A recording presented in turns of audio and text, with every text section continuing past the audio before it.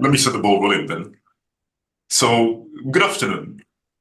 On behalf of Neesim OncoGenix and the GMA, I welcome all of you to the second edition of the Neesim webinar series. So, our maiden webinar was held just about a year and a half ago, I presume, and we focused on the current trends in the epidemiology, diagnostics, and the world of omics, including machine learning. But the recent trends in cancer epidemiology in developing countries show the need for urgent action. The cancer burden poses significant burden on public health, as well as on patient lives, etc. Now, with lots of areas of unmet need and several healthcare challenges, Africa's looming cancer crisis has been described by some as a battle being fought blindfolded. This battle cannot be handled by policymakers or healthcare professionals alone, but will require a combined effort of all stakeholders and the entire healthcare settings.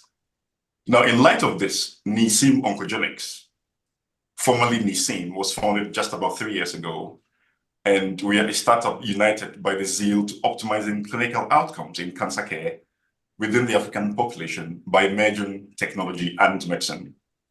We comprise oncologists, clinicians, scientists, and researchers with partners in academia and industry. Our vision is to use technological advances to characterize cancers in the African population, thereby identify, again, you see the from what we're saying earlier, or identify. Sorry.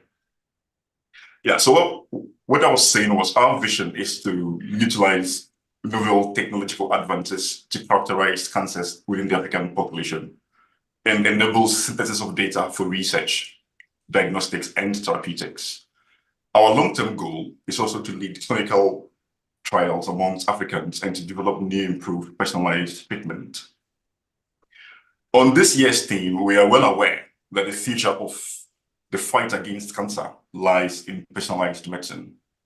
The success of next-generation precision oncology depends on the discovery of new actionable disease characteristics, rapid, accurate, and comprehensive diagnostics of complex phenotypes within each patient.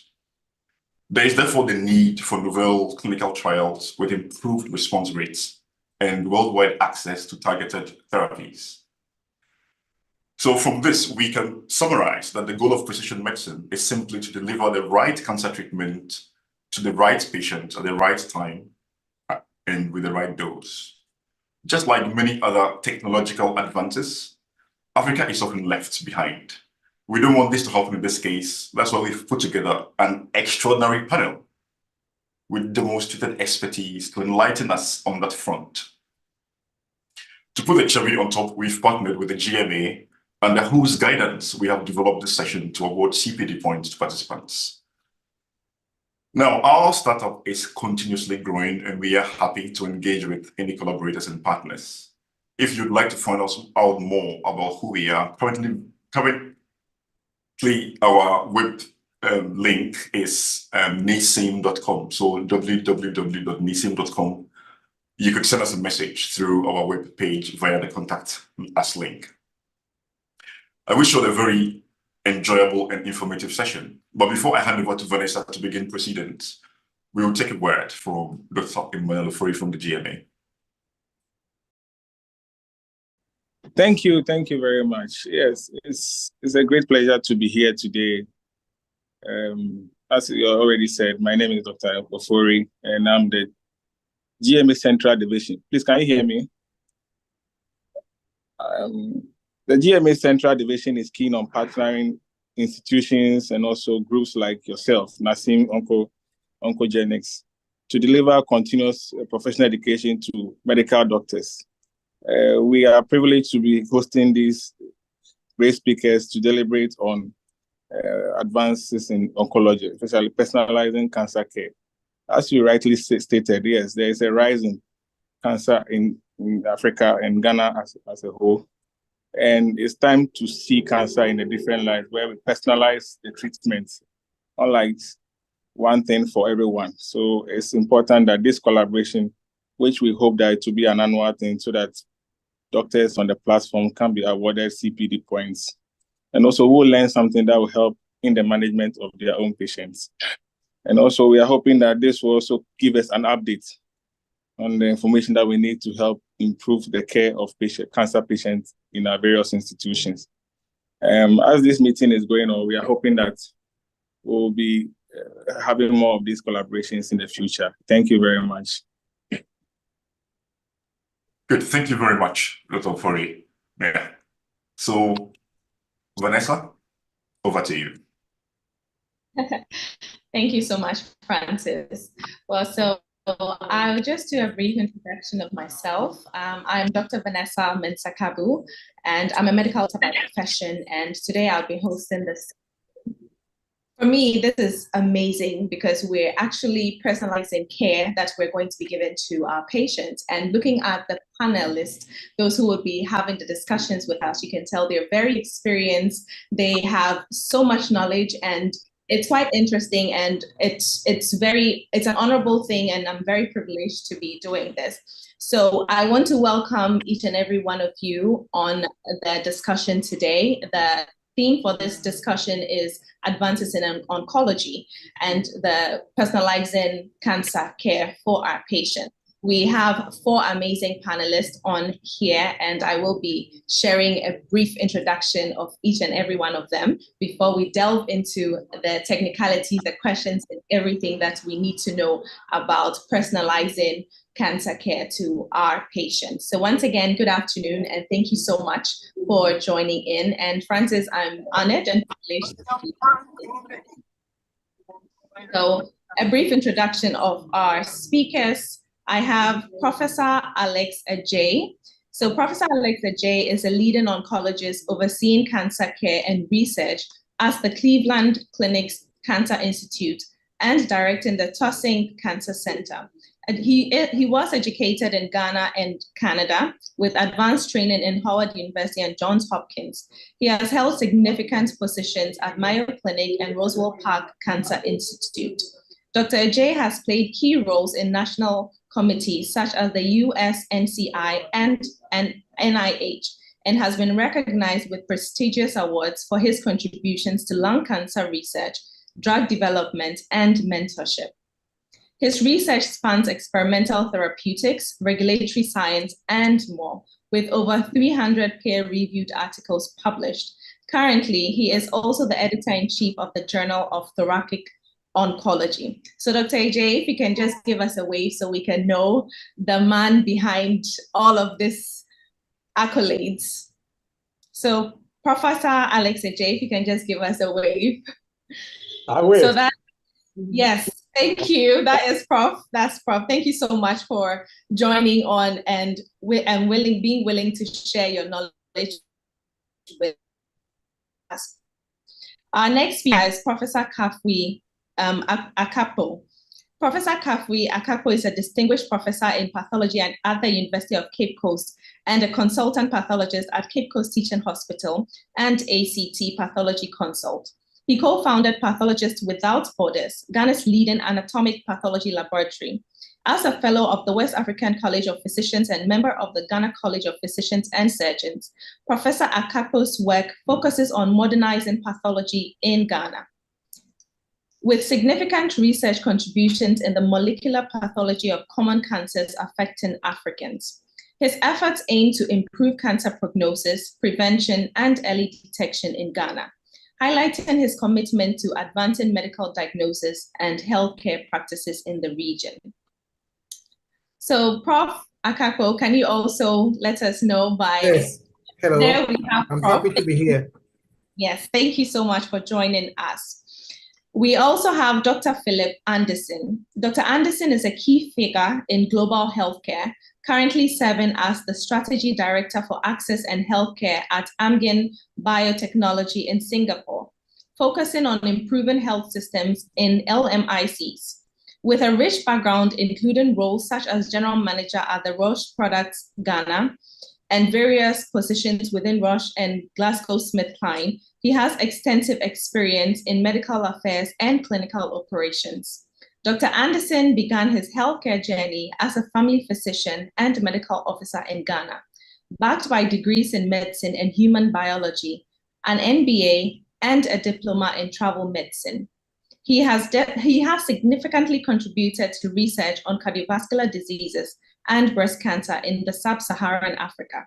His comprehensive expertise and leadership in healthcare are vital to discussions on advancing cancer care. So can we have Dr. Anderson also by a wave? That is Dr. Anderson. Thank you, Dr. Anderson, for joining us. And last but not least, we have Dr. Akpalu. Dr. Akpalu is a distinguished scientist with extensive global experience in clinical research and pharmacology, focusing on fields like oncology, cardiovascular, immunology, and infectious diseases. As the CEO of Revna Biosciences since 2022, he leads efforts to enhance healthcare outcomes through genomics, particularly aiming to advance precision medicine in Africa. Before this, Dr. Akpalu held significant roles, including Associate Director at Janssen R&D and Principal Clinical Scientist at Ethicon, among others. According to Complete Spectrum of Clinical Development, he earned a PhD in Biomedical Sciences and an MS in Clinical Research from Morehouse School of Medicine and MRS in Biomedicine from University College London. He also has a BSc in Biochemistry with Microbiology from the University of London. Dr. Akpalu's work is characterized by his leadership in developing and commercializing innovative bioscience products, ensuring regulatory compliance, and building collaborative relationships. His contributions to scientific advancement and innovations are notable, including his involvement with the J&J Africa Center of Excellence in Clinical Research and other significant projects. Dr. Akpalu is also a respected member of several professional societies and a committed advocate for clinical research and advancement. Dr. Akpalu, can we also get a wave from you? Yes, there we have. Wow, the introduction is already you can tell that there's so much knowledge in here, and we're going to be blessed with a lot of insight on personalizing cancer care, especially in our region. It's not a one size fits all for everybody, and this is particularly important for all healthcare providers who wish to ensure that we know what we're doing and how to go about it. So let's delve right into it with our questions. So I'm going to start firstly with the evolution and impact of personalized care in oncology. So I'll let Prof. Ajay lead us in that discussion. So exploring how personalized care has transformed patient outcomes in oncology with an emphasis on current practices and future directions. That's basically a summary of what we'll be doing. So Prof, how has this approach to cancer care changed things, or how are we looking at ensuring that we make sure that we are personalizing the care to our patients that we see here, especially in our parts of the world, and not just doing something that fits each and every person? How do we ensure this? Or if you can just give us a brief history of why there is a need to personalize cancer care to our patients. So if you can humor me, I'm actually going to go back and put things in historical perspective and give an overview, and then my colleagues can delve into specific examples. So when we can start by trying to define this, right? When we say personalized therapy or precision medicine, what do we mean? In some quarters, there's been an attempt to sort of crystallize it more by talking about individualized therapy. And the goal is the same. How do we as physicians treat the individual based on their characteristics and their diagnosis and their disease, and not just treat them like everybody else, right? That's really the whole goal of personalized therapy. And actually, I'm going to quote a verse from Ecclesiastes. Bear with me, and as some of you might know this, it said, this was Solomon who said, what has been is what will be, and what has been done is what will be done, and there's nothing new under the sun. The lesson here being that as we are developing and thinking about technology and how we move forward, we have to think about the past and put things in perspective, so that we do this systematically. The physicians online will know that even before current technology, as physicians, we are trained to treat people differently based on their culture, their beliefs, their organ function, and so on. So I'll tell you a story. When I finished in Kolebu many years ago, I did a little bit work in Kumasi. And what I quickly realized was that when a lot of people were sick and they came and you gave them pills, they didn't like it. Some of them will throw it away, right? They wanted injections. So what I started doing is I get somebody with malaria. Back in those days, we're using chloroquine. I could give them chloroquine tablets, but I gave them an injection. And they loved that. When I got somebody with low back pain, we actually had suppositories, which were painkillers, Brufen suppositories. So I'll give them the suppository to go and use. And traditionally, because of our mindset, the thinking was that that was much more powerful than getting them a pill. So here I was personalizing the treatment to their beliefs. I didn't just give them pills because everybody gets pills, right? And in oncology, before we got all our new treatments, if you got somebody, for instance, with peripheral neuropathy, they are numbed in their fingers and so on, and they have cancer, you could give them a drug called Taxol that causes neuropathy. You are not going to use that. And if it's lung cancer, we'll use gemcitabine, a different drug, right? So before the technology came of age, we're actually trying to differentiate treatments based on patients. And then the science came along, and a drug called tamoxifen, which is used to treat breast cancer, it's been around for over 40 years. That was personalized therapy because you get a woman with breast cancer, you take the diagnosis, and then you do the estrogen progesterone receptors. If they are positive, you give them tamoxifen because it's likely to work. If it's negative, you give them chemo because the target wasn't there. And if you gave them tamoxifen and they were ERPR negative, it wasn't effective, right? And we've been doing this for like 50 years, right? So that was the state till probably, I think it's about 20 years ago, where a leukemia called chronic myelogenous leukemia, which actually had a target that we learned about in medical school. I was in medical school in Ghana in the 80s, and there was something we called the Philadelphia chromosome. It was described in 1960. So we knew that if you had CML, you had this Philadelphia chromosome, which actually was diagnosed. We didn't know what it stood for. And so it wasn't until about 15 years ago when we discovered imatinib or Gleevec, which was effective in CML because it had a translocation. So there was a molecular aberration that this drug could fix. Back in those days, if somebody got CML, in 5 years, maybe 4 out of 10 will be alive. And with Gleevec, when it was used for about 12 years, and we went back and looked at the data, in 10 years, 84% of people were still alive. And there are people still alive who started Gleevec years back. So we've changed the treatment of this disease because there was a molecular target and we had a drug that could fix it, right? So that was then. Now this has moved into a number of diseases. So in lung cancer now, we have a drug, alectinib. If you have lung cancer and you have the ALK translocation, and we give you alectinib, response rate is like 70%. And the studies were done, the first studies were done about 6 years ago, and we still don't have data on median survival because over 6 years now, more than half of the people are still alive.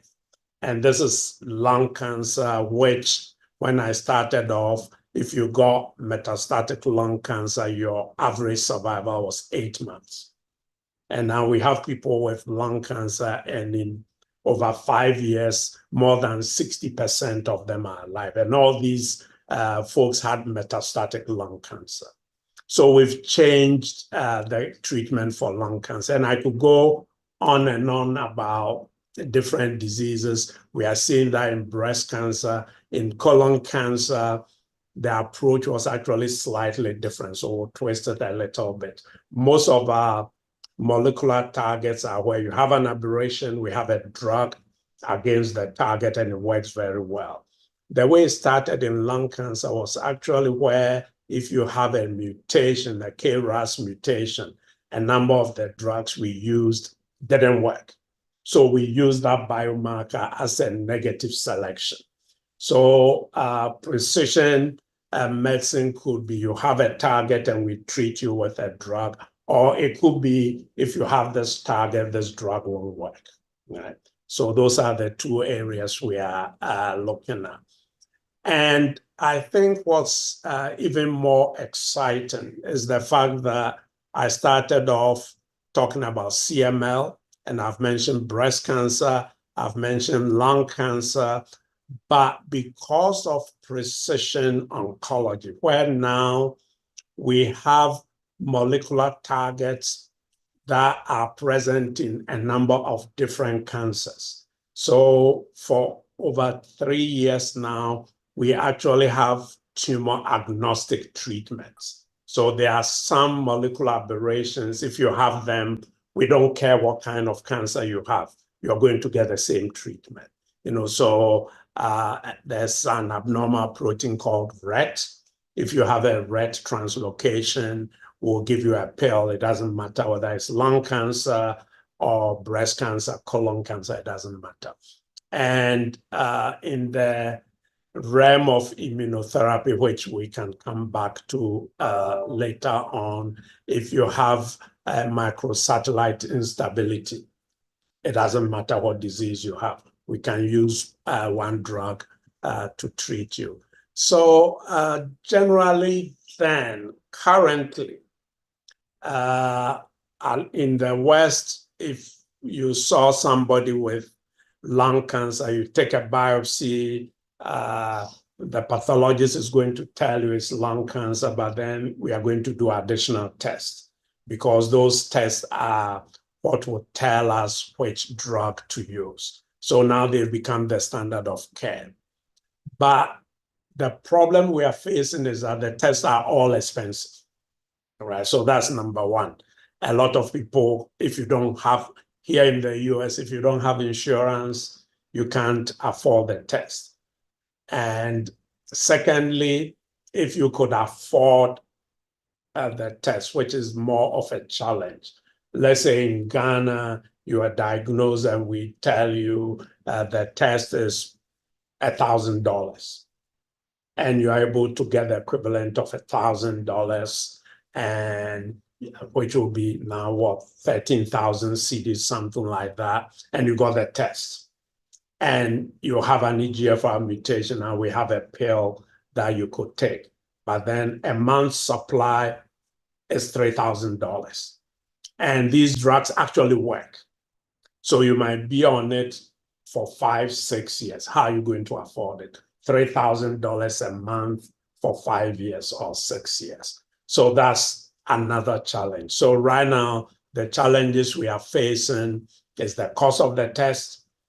And if you have the test and there's a treatment for it, how you're going to afford it. So a little bit about the future, and then I'll stop. Okay, I'll stop here. Oh, no problem. We're quite enjoying the discussion, but I just want to throw this in there. You've taken us all the way back to medical school and housemanship and the genesis of all of these things, which is quite interesting because you realize that even back in school, you are taught on how to treat patients as individuals and not just cut across them. So if one person comes with a chest pain, it doesn't necessarily mean that every single person that comes in subsequently would be treated for maybe an acute coronary syndrome, but it could be different causes. So it's all about understanding the holistic nature of the person, but keeping in mind other factors. So I just want to, because of this whole oncology and trying to personalize the care for these patients, definitely there may have been certain things or certain moments where things would have clicked and gone like, okay, this is a reason why we need to personalize this care. I believe you already mentioned one, which included the expenses or how expensive it is and treating each patient as individuals. Can you name any other, or if you can just give us a brief idea of what some of these pivotal moments that brought about this whole idea of personalizing cancer care for patients? Oh, yeah. I mean, well, I think I talked about it. The first really precision or individualized therapy was the CML, the leukemia I talked about. It was incurable. In 5 years, like I said, survival was about 40% because in some patients, it was almost sort of indolent. So they could get treatment for a while, then they go into blast crisis and they die, right? And a lot of people, if they could afford it and they were healthy, will actually get bone marrow transplant, which was where you're giving them mega doses of chemotherapy to destroy their bone marrow, and then you give them somebody's cells, right? So very expensive, and a lot of people didn't survive it, right? And so if you did a transplant, here in the US in those days, your bill might be $200,000, right? And then came Gleevec. So even though it was expensive, now you could avoid transplant. And also it was a pill.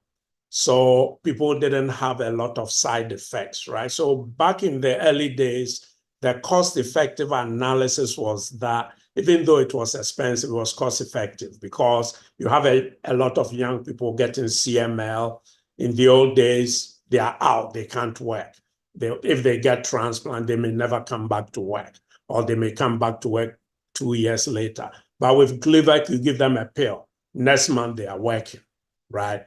So you have that productivity that you maintain, and they are feeling well. They can take care of their families and so on. So the realization was that this new era of targeted therapy, where you could get a drug that would treat a specific abnormality that may not be as toxic, might actually be cost effective, even though on the surface of it, it might appear that it's expensive.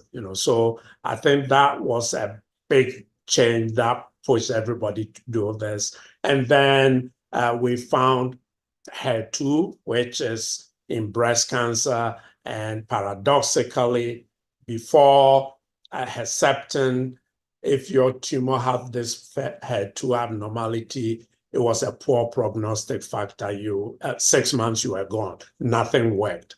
But now we have a drug against it, and something that was a negative now became a positive.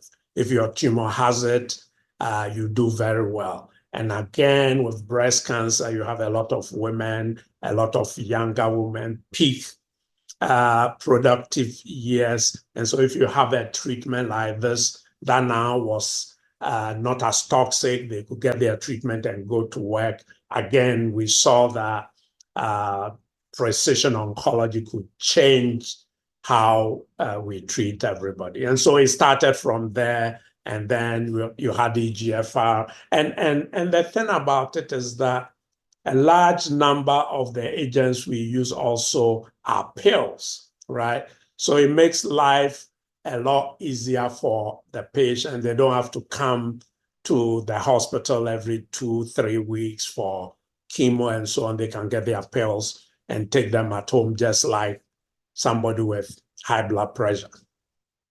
So that also was convenient and so on. So that has, and then I think the biggest change was when the whole genome was sequenced, right? I mean, that was if you were to ask, the pivotal moment that changed everything was the Genome Project. So once the whole genome was sequenced, then the discoveries of the oncogenes that led to tumor formation and so on was very rapid.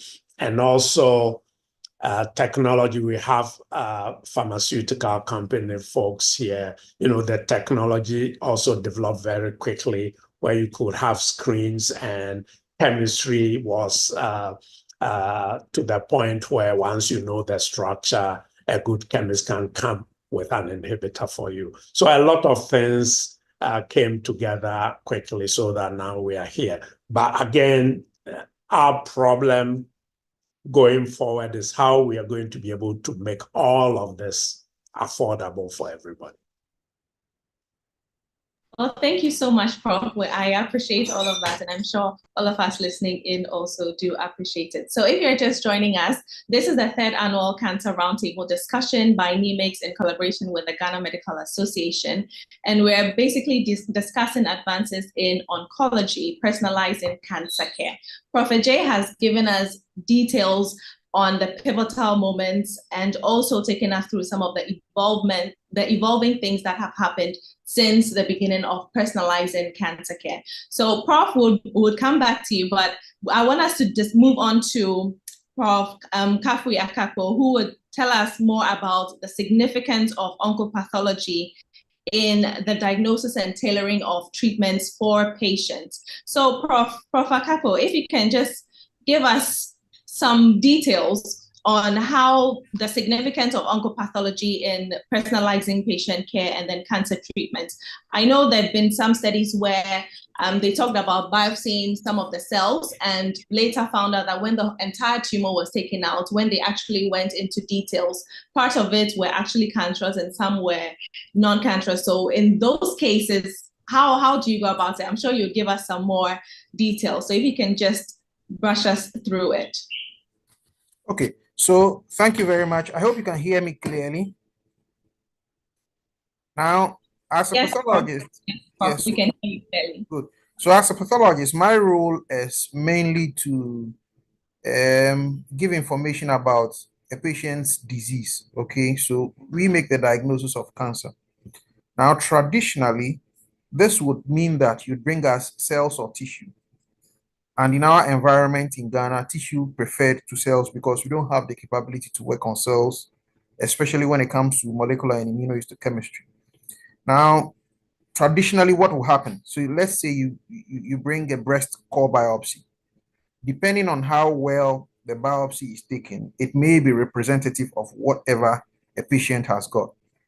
If you don't take a very good biopsy, like you said, you may miss some things that are in a breast lump. So what it means is that the person who takes a biopsy is very important, and he must understand that whatever he's going to take must be representative of whatever he's seeing clinically.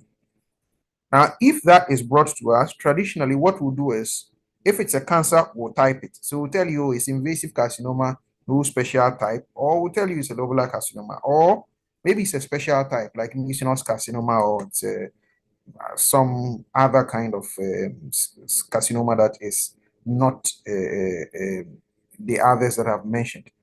Then we'll grade it. By grading, we'll try and tell you that, oh, this is a tumor that is going to behave aggressively. So it's a measure of the behavior of the tumor. If it's a whole lump that you have brought to us, which means you have taken it all out, maybe with lymph nodes or without lymph nodes, we'll stage it. By that, what it means is we are going to tell you the extent of the person's disease. It gives you an idea of the burden of the disease and tells you if the person is going to need this form of treatment or maybe additional to what you have already done, or that the person may be okay, or that the person may be around for a year or 2 or 10 years, that kind of thing, okay? Then we'll give you other things that are like lymphovascular space invasion. All these put together help you understand what the patient has and how far the disease has gone. Now, these things usually will depend on just H&E. But in the case of breast, it started off with estrogen receptor treatment, estrogen receptor status, okay? Because there's treatment for people who have an estrogen responsive tumor. Okay, so have ER, PR, HER2 came in, Prof mentioned that already. And with that, there's a target that you can treat with HER2 related drugs, so Herceptin. And so once you are able to bring all these things out, it groups the patients according to what they call molecular subgroups, and it's not just related to type anymore. So it's an add-on to the traditional histological type that you do, which actually makes the treatment even better, because those who have these things that I've mentioned, ER, PR, HER2, they have different responses and their outcomes are different. Now, these things have gone on and new things have even come up now. So let's say when somebody has a tumor, there are questions if the person is young or if the person has a tumor that runs in the family. You want to know, is this a tumor that will come again in another place? Has the person got BRCA1 and BRCA2? Is he going to have ovarian tumor? Has he got anything else? Or is it running in the family? So these things have become important things. So pathologists are expected to be able to provide the information for these things. Now, in our setting, what usually happens is that we will stop short of providing information that relates to molecular pathology. ERPR HER2KI67 has become the norm. It's within our setting, so we do that. But when it comes to escalating the diagnosis or pathological findings to the molecular level, it depends on who can afford it. But unfortunately, that is not the right thing. We should be able to reflex test people who are of a certain age, who have a certain kind of tumor, so that we'll decide whether or not they require some treatment apart from targeted treatment. And when I say treatment other than a targeted treatment, what do I mean? I mean, do they qualify for things like immunotherapy? Do you have to put in any preventative measures to ensure that you don't get another cancer because they've got a familial syndrome? Do you protect their family because their family members are also prone to these diseases? So that's histopathology, and that's what traditionally we are supposed to do. A lot of the things that Prof described are in the domain of molecular pathology. And molecular pathology requires techniques that are a little more expensive than just routine immunohistochemistry. What we have done in our setting is that instead of using immunohistochemistry, instead of using next generation sequencing or expensive PCR methods, you look for the proteins that are expressed because there's a mutation. And then you will test for those proteins. That's what we call biomarker testing. So instead of going down there to do proper testing for the EGFR receptor and whether or not there is an amplification or whether or not there's another kind of mutation in HER2 receptors, you look for the amplified proteins. And then once you find the receptors, you are good to go to say that, okay, these persons have got HER2 amplification and you will benefit from targeted treatment. Of course, it will miss out some of those people who have a HER2 abnormality but do not overexpress the HER2 protein. So this can be translated into many things, including even BRCA1 and BRCA2 testing, which can be done by biomarkers. And there are a lot of other biomarkers. Prof mentioned EGFR, KRAS, NTRK, PD-L1. There are many more. And all these will use proteins, and that's biomarker testing. In our domain, that is readily available. But if you have to escalate it to next generation sequencing or a form of sequencing, then that becomes a little more expensive. Even though it's still in the domain of pathology, it becomes a little more unavailable in our setting. So I guess I've given an overview of what a pathologist would do. And generally, we write this as reports, and the reports are in a form that clinicians are expected to understand. And when I say clinicians, I mean those who treat patients who have cancer, oncologists, internal medicine people, surgeons. And if there's anything that requires further explanation, then these will be discussed at the MDT and then we'll take it from there. Thank you. Well, thank you so much. Thank you so much, Prof. So in terms of the advancements in pathology, which of them have had the most significant impact on personalized care? I'm hearing quite a lot of the limitations in terms of funding, in terms of patients being able to present. How can we go around those, and what are some of the advancements that have actually happened in our setting in terms of pathology and then personalized care for our cancer patients? So in our setting, the one that I can use as a very simple example is breast cancer care. Some years ago, when I was in medical school, I don't think we're talking about ERPR HER2 testing, okay? But then there was a point where everybody was getting tamoxifen, even though it has its own side effects. It was assumed that everybody would get it because it's a drug that was easily available, and whether or not you had ERPR expression, it was okay to give it to them. Then there was this point where a change occurred, and subsequently everybody now has testing for ERPR HER2 and then Ki67. Now, what that means is that our breast cancer cases are now getting the required targeted treatment for the cancers that they have. Again, what it means is that patients do not get treated for what they do not have. Okay.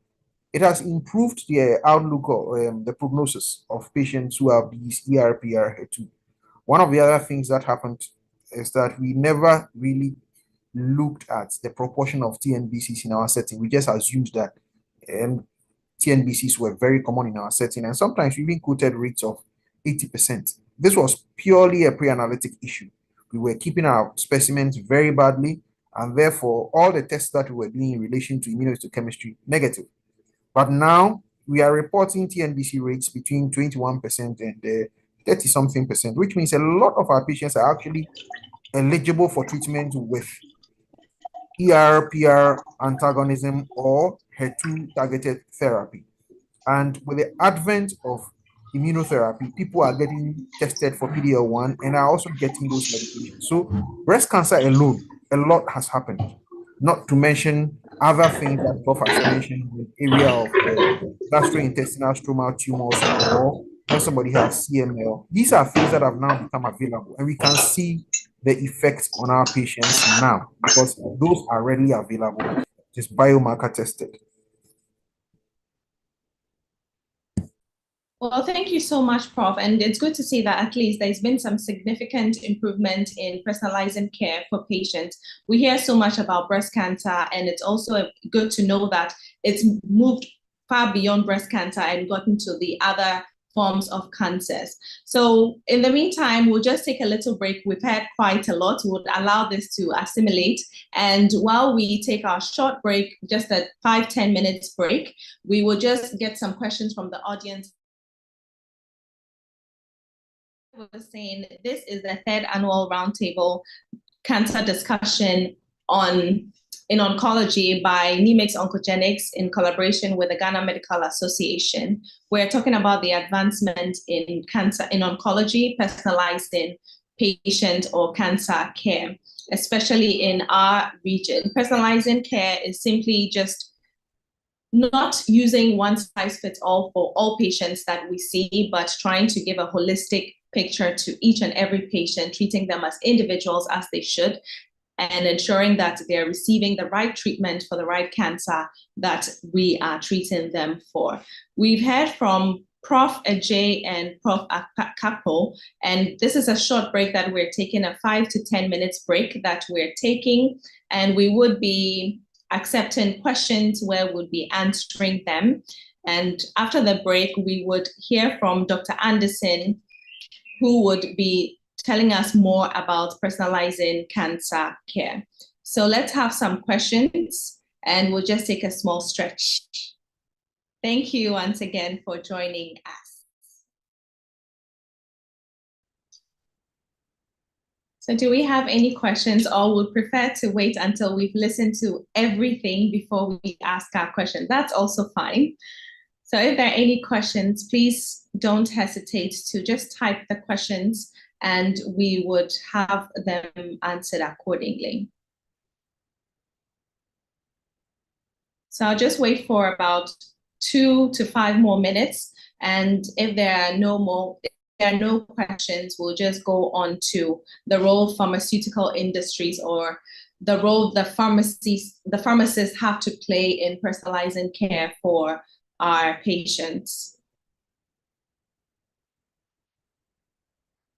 All right. So, Prof, I saw that your hand was raised at a certain point. Is there a question that you intended to ask? I think that's fine. I was going to just explain something that Prof. Papo said, but I think it's, he was talking about TNBC, and I thought if people were following closely, they might be lost, so I just wanted to clarify that the TNBC he was talking about is triple negative breast cancer. So it's kind of the breast cancers that don't have any actionable mutations. So all you have to use is chemotherapy. You can't use any of the newer agents we have, so they generally don't do as well. And the thinking had been that in Ghana and most Africa, about 80% of our women had this triple negative breast cancer, but we are finding that it's not really true. And yeah. Well, thank you for that. Part of the reason that for that thinking was that unfortunately our women don't do as well in general when they get breast cancer compared to other places. But I think there are a lot of other explanations. It's not because they are all triple negative. One of the biggest reasons is that most of the time the diagnosis is late. We don't have too many situations where you catch it early because women are not doing annual mammograms and all the screening things that are important. We might talk about that also later, screening or early detection, because there also genomics is going to play a part. So. Completely agree. That's why we make so much noise when it comes to breast cancer and in terms of every other cancer, because we push for early detection, early screening, because the sooner we're able to detect the cancer, the more the prognosis and the more your chances and also the effectiveness of the treatments. So we don't have any questions yet. I'm sure we're all waiting for the discussions to end and then we can have all our questions asked. So we would go to the role of pharmaceuticals. Medicine and pharmaceuticals go hand in hand. We need our pharmaceuticals to be able to treat our patients to a very large extent. So we have Dr. Anderson, who would give us a brief intro and also tell us what the role of the pharmaceutical industry has for us in terms of personalizing cancer care, research, any new modifications in medications, what has happened since the time of providing medications for cancer treatment and then now. So Dr. Anderson, if you can just give us some information. All right, so I think Dr. Anderson, unfortunately, may be experiencing some network challenges. So we would move on to the next line of discussion, which basically talks about the role of genetic and molecular diagnostics in enhancing personalized treatment. So, Doc, how does genetics and molecular studies contribute to the personalized care of cancer treatment or therapy? Yeah, you should be able to hear me now, right? Yes, we can. Awesome, thank you.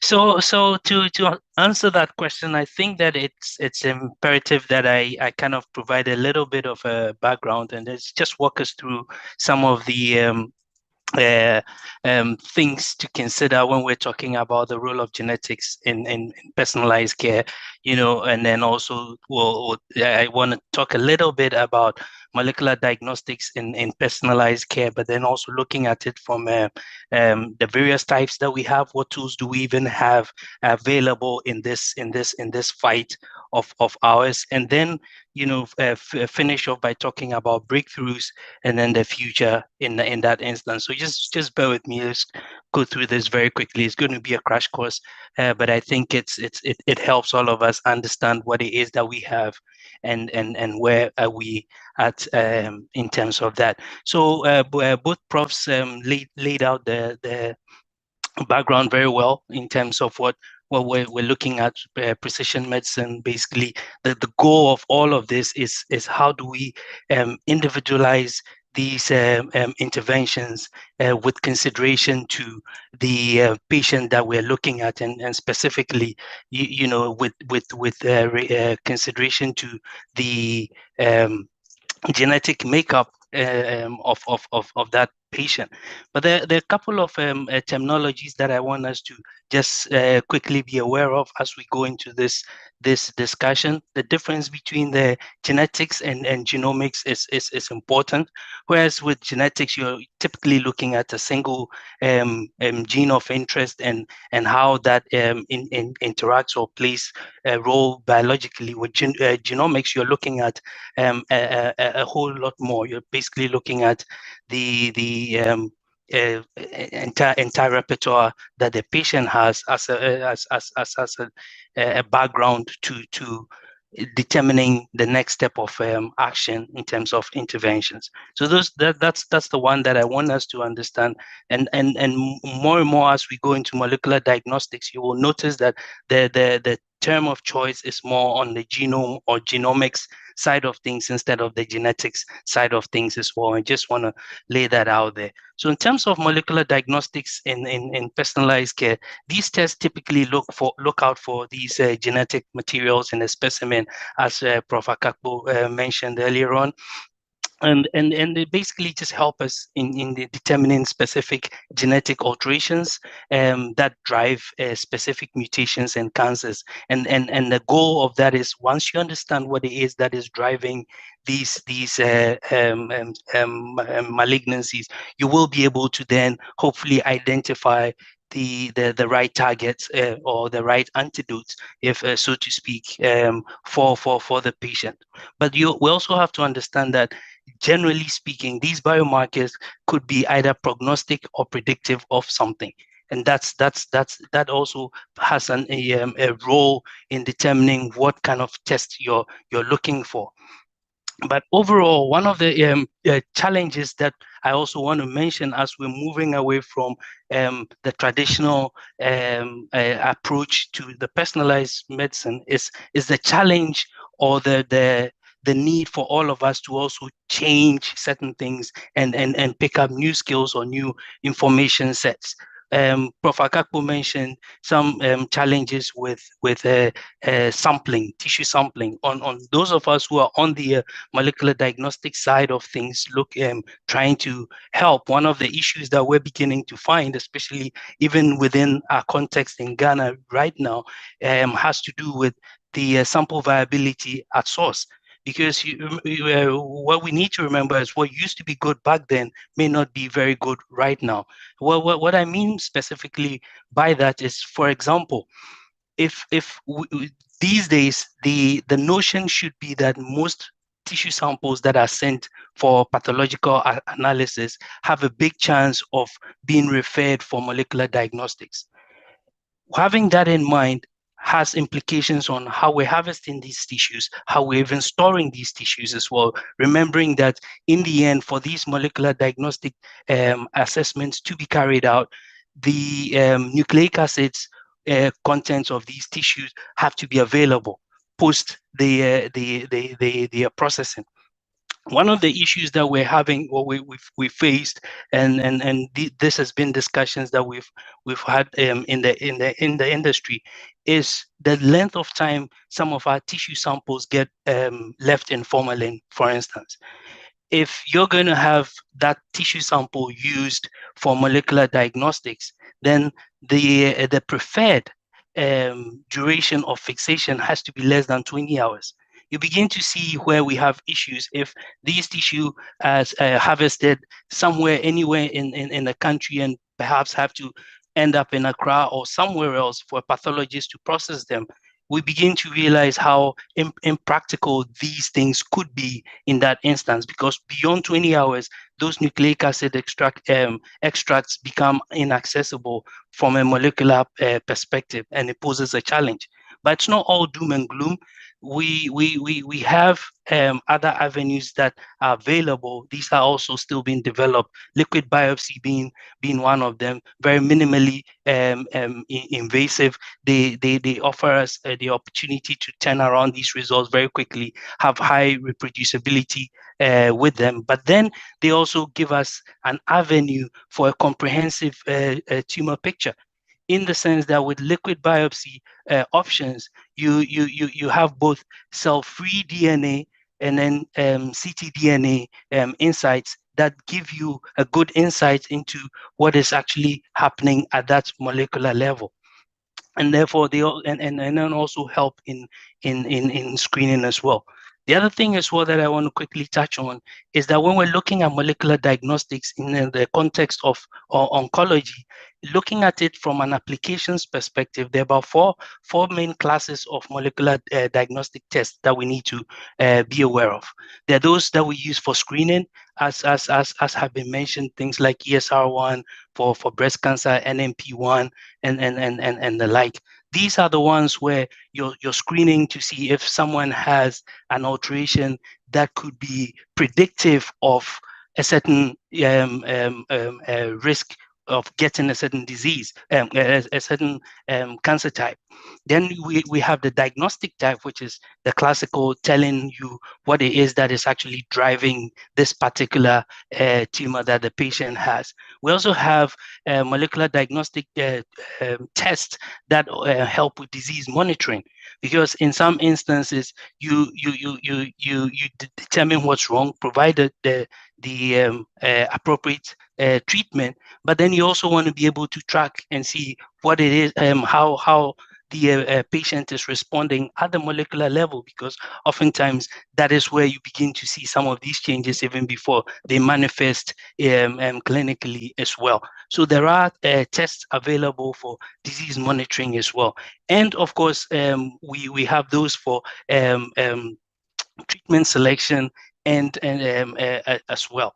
So those are the classes. There's another thing as well that we need to remember as we're going into this new era of molecular diagnostics, which is that with each of these biomarkers, we have to remember that there is a gradation in terms of the relevance or significance of these biomarkers.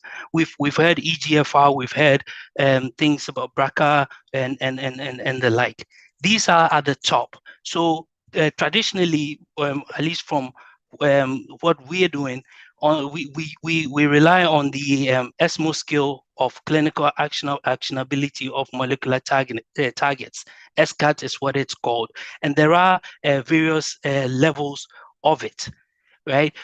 Tier one markers are those ones that we have a good enough body of evidence with, where we know that the alteration and drug match is associated with improved outcomes based on clinical trial results. And therefore, some of these markers, for instance, MSI1, MSI that have been mentioned and all, if a patient has those, it's easy for you to then say, okay, they have this is a therapy that goes with it. There is the second level, which is a tier 2, which would be your alteration drug match, which is associated with an anti-tumor activity. But the magnitude of that benefit is not fully developed yet. And that is also available. And I bring this up just because as we're getting into this era of personalized medicine and all, we need to understand something. The reports that will be coming from the advanced molecular labs to clinicians may look a bit different from the traditional reports that we have.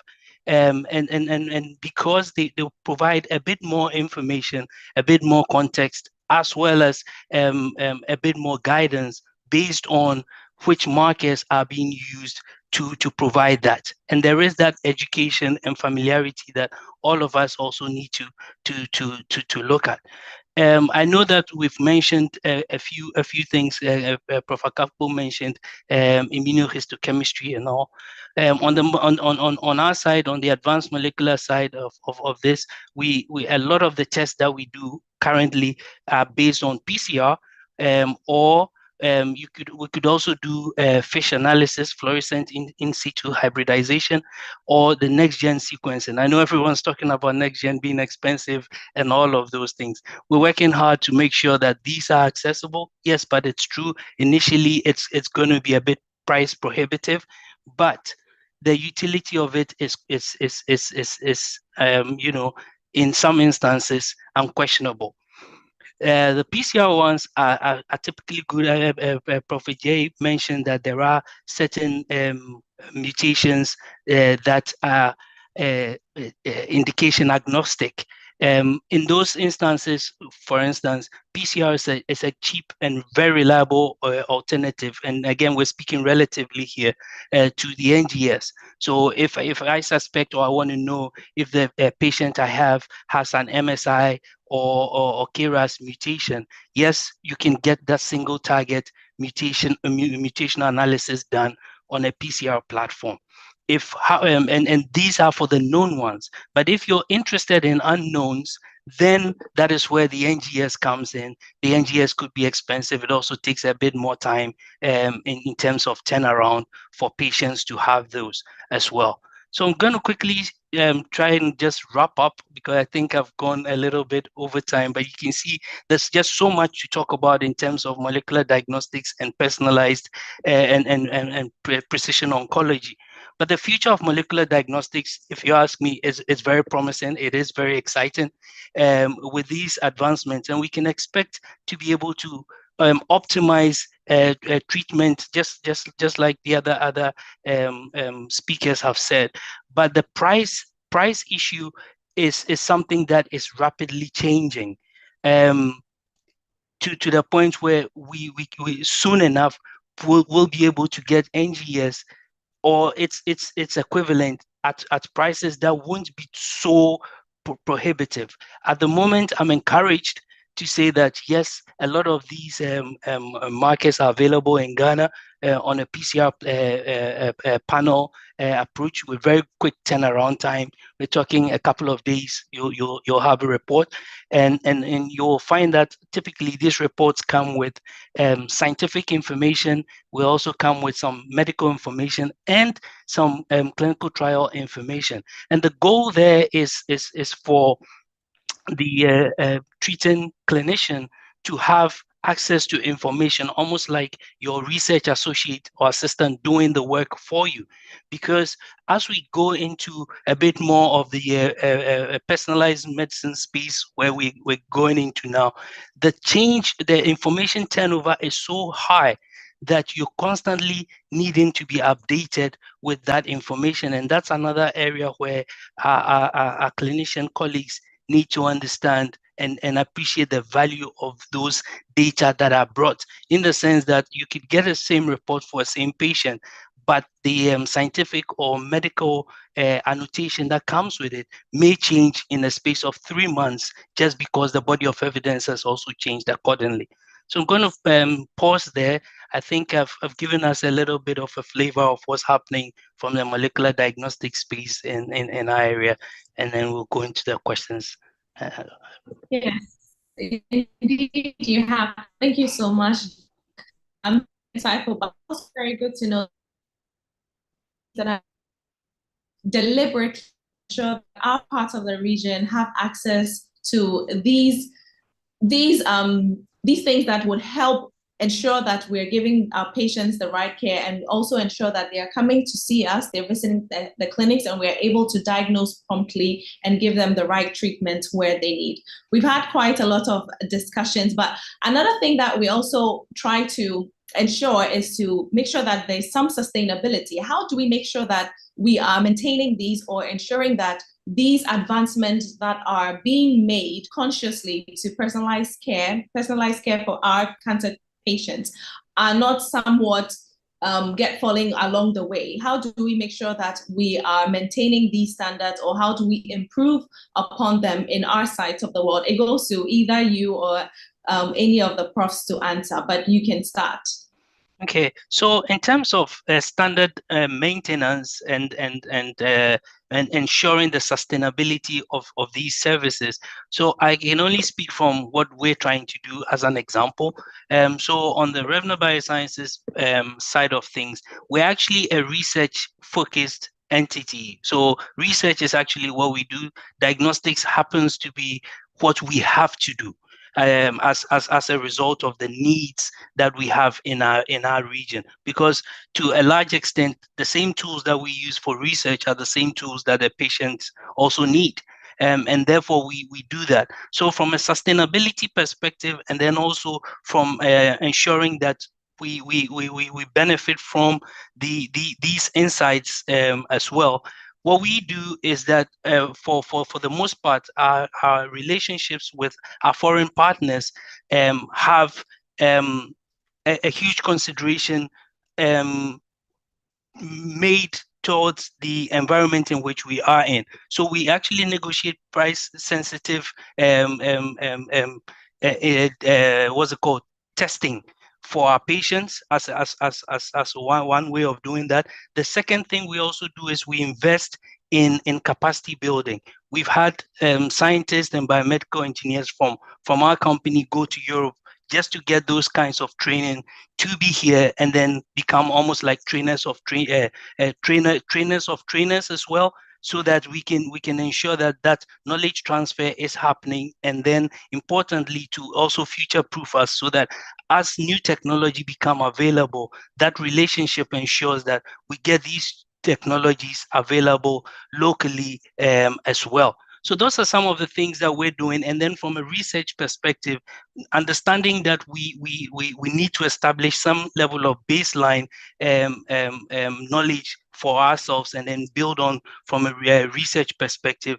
We actually interrogate all the data that we generate from a data sciences perspective, just to be able to understand what the profile looks like. And we do this actually not just in oncology, but in the infectious disease areas as well, that we offer diagnostic services from as well, because it is understanding what we're seeing from our patients that will begin to know what the right sort of research questions we should be asking are as well. So those are some of the things we're doing to ensure that these things don't become, a flash in the pan kind of a situation. But then importantly as well, avenues that we're using to ensure that we are making some of these tests also ethno-specific, because that's the other part of this, right?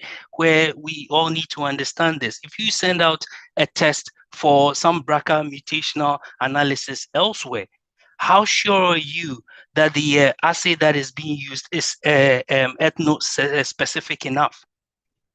That is the question all of us need to be asking. And it recently came up where a group of physicians that were having a discussion with all turned around and said, how many times have you seen or have you sent out a request for I think it was PD1 and gotten a positive response? And all of them said no, they'd never gotten a positive response back. But then the question there to ask is it that the test wasn't right? Or is it that the sample wasn't right? Or what is it that is given some of these as well? And these are other considerations that we need to, but these are some of the things we're also doing to ensure that these tests are enduring, they're useful, and that they become accessible to even more people. Right. Well, that's very good to know that we're at least considering the fact that there has to be some level of sustainability, because we can't make all of these advancements and then only to be derailed because there's no effective sustainability process for it. So before we move on, I'd like to apologize on Dr. Anderson's behalf. Unfortunately, he's having some power outages in his area, which is interrupting with his internet connection. He's, however, looking for some alternatives, and hopefully he should be able to join us. But if he's unable to, he sends his apologies and to let you know that it's rather unfortunate and it's out of his control. So we do apologize on Dr. Anderson's behalf. He also gave us an insight on the pharmaceutical role in oncology treatment and personalizing cancer care. So Dr. Akpalu, sorry. Dr. Akapo, sorry. From a pathologist perspective, what are some of the things that are being done, or what are some of the ideas that are being put together to ensure that there is some level of sustainability? I think you mentioned how the samples are being taken from the clinician's perspective. What are some of the resources available? Are there reading materials? Are there hands-on training? What are some of the things? Because I know that these things definitely, to a large extent, would influence the results that are given back to us as clinicians. So what are some of the things that are being done to ensure there is some level of sustainability? So I think that one of the first things that is important to get out there is to make people aware of the existence of precision oncology. So seminars like these are important, okay? What it does is that it makes everyone aware of what is available beyond traditional care.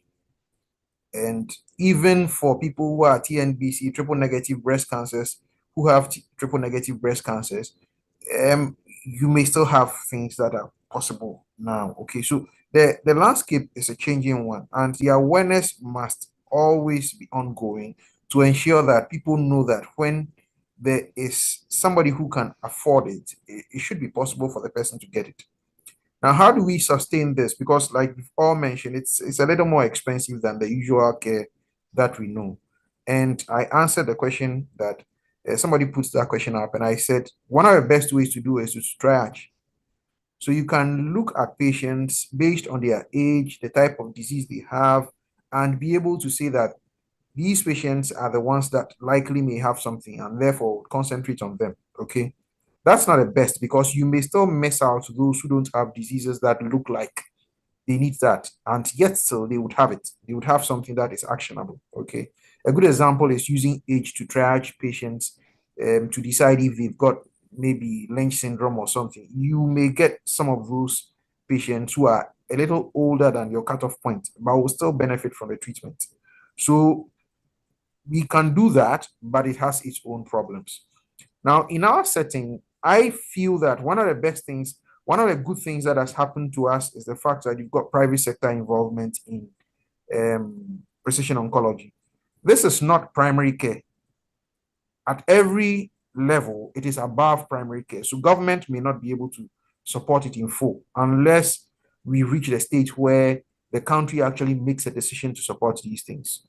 Even regular care related to chemotherapy is not readily available on insurance. You can have problems with that. So when you mention precision oncology and payment for medications that are considered expensive, government is not going to sponsor it. So private sector involvement is one of the things that is important. And in that regard, it is good that the partnerships or collaborations are encouraged.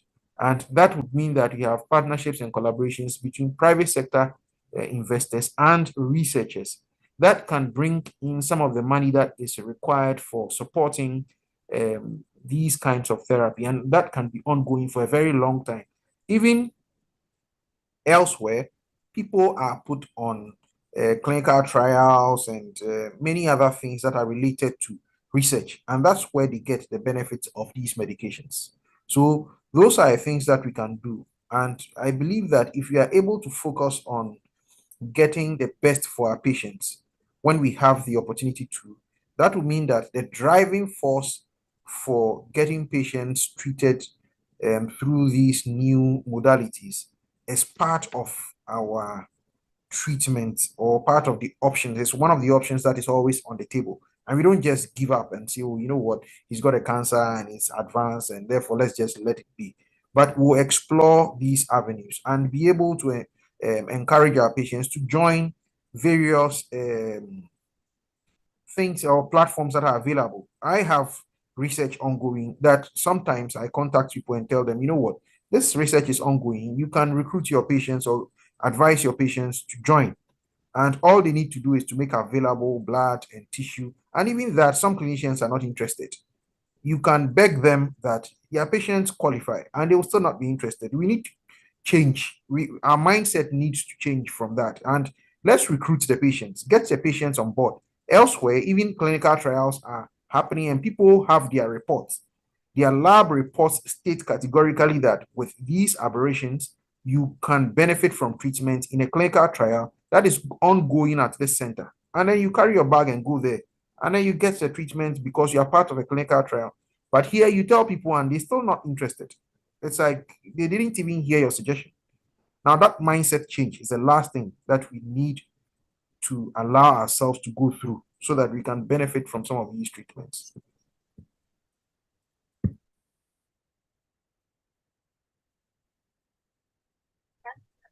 Yes, indeed. Mindset change is one thing that we would really need to pay conscious attention to in order to bridge that gap to ensure that our patients are getting the treatment that they require and they deserve. So Dr. Anderson is back here with us. Welcome, Dr. Anderson. Thank you so much. So he would be taking us through what the role of the pharmaceutical industry in oncology. Pharmacy and medicine go hand in hand. So Dr. Anderson, thank you so much for joining us. So for you, we would like to, Dr. Anderson came with, he came with an entire PDF. That's very nice. Thank you so much, Dr. Anderson. So in terms of OncoPharma perspective, what are some of the biggest challenges that we have experienced? But we'll let you give us a brief introduction on the role the pharmaceutical industry has to play in terms of the challenges, the advancements, some of the difficulties that have been experienced, and also the developments in drugs that we have been using from the past, and then now some of the researches that are available for us. So Dr. Anderson, thank you again for joining us, and the floor is yours. Yeah, please, can you hear me? Yes, we can. Sorry, I am traveling and I'm not in Singapore, I'm traveling, so I have some challenges. So please pardon me. And can you see my screen? Yes, I can see your screen, so I believe everyone should be able to see your screen. All right, so I'll try to go through this quickly, just in case, because I'm struggling a bit.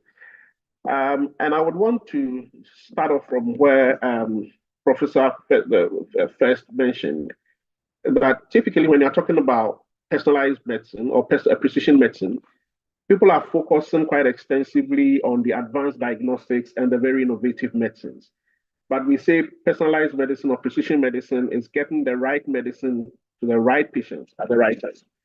And so you would need the genetics, you would need the environment, and then you would need the lifestyle.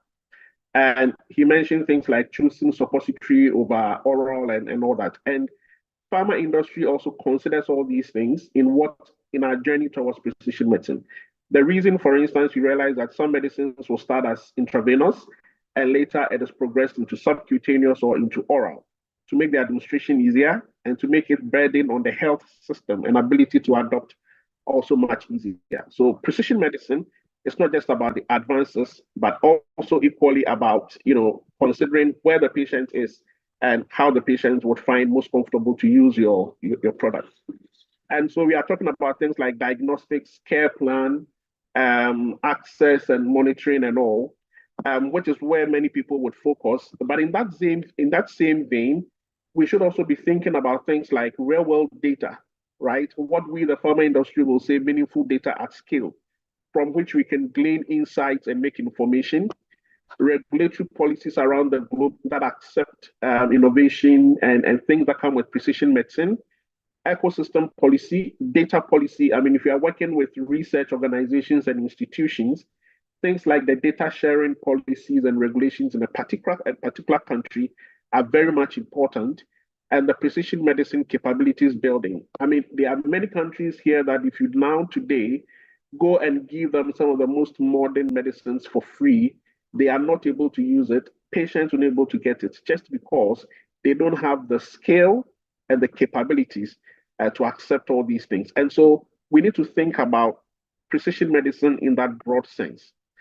Prof mentioned the sequencing of the whole human genome in 2001 and how that revolutionized precision medicine. For the first time, we could see the entire genome and what was normal, what was an aberration, what was a mutation, what was abnormal, for which reason medicines are being developed. And and targeted therapies for that matter.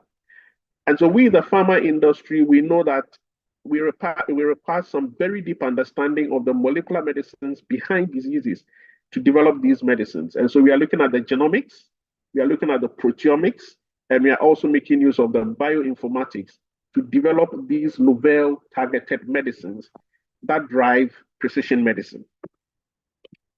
I would want to use this as an example to bring to life what we mean and how the journey has been. Prof brilliantly talked about lung cancer and how now some stage 4 lung cancer patients are living like patients with chronic disease. Let us look back a few years. If you take lung cancer, a patient either had small cell lung cancer, non-small cell lung cancer. That was it. And then we would separate them into squamous and or non-squamous. But now you would see here that we have all these mutations that have subtyped lung cancer, and here only non-small cell lung cancer. And out of all these mutations, I would say that about 9 of these mutations now, pharma industries would have medicines for them, talking about EGFR, KRAS, ROS1, RET, HER2, ALK, and all. And going back, he mentioned, for instance, that, if you have a certain KRAS mutation, there were some drugs that will never work, and all. But now, that as an exclusion, you know what to give what. Out of this, medicines have been created when you're looking at what we call the anti-drug antibodies, the HER2 monoclonal antibodies, and many other medicines that are targeting about 9 of these mutations that you see here.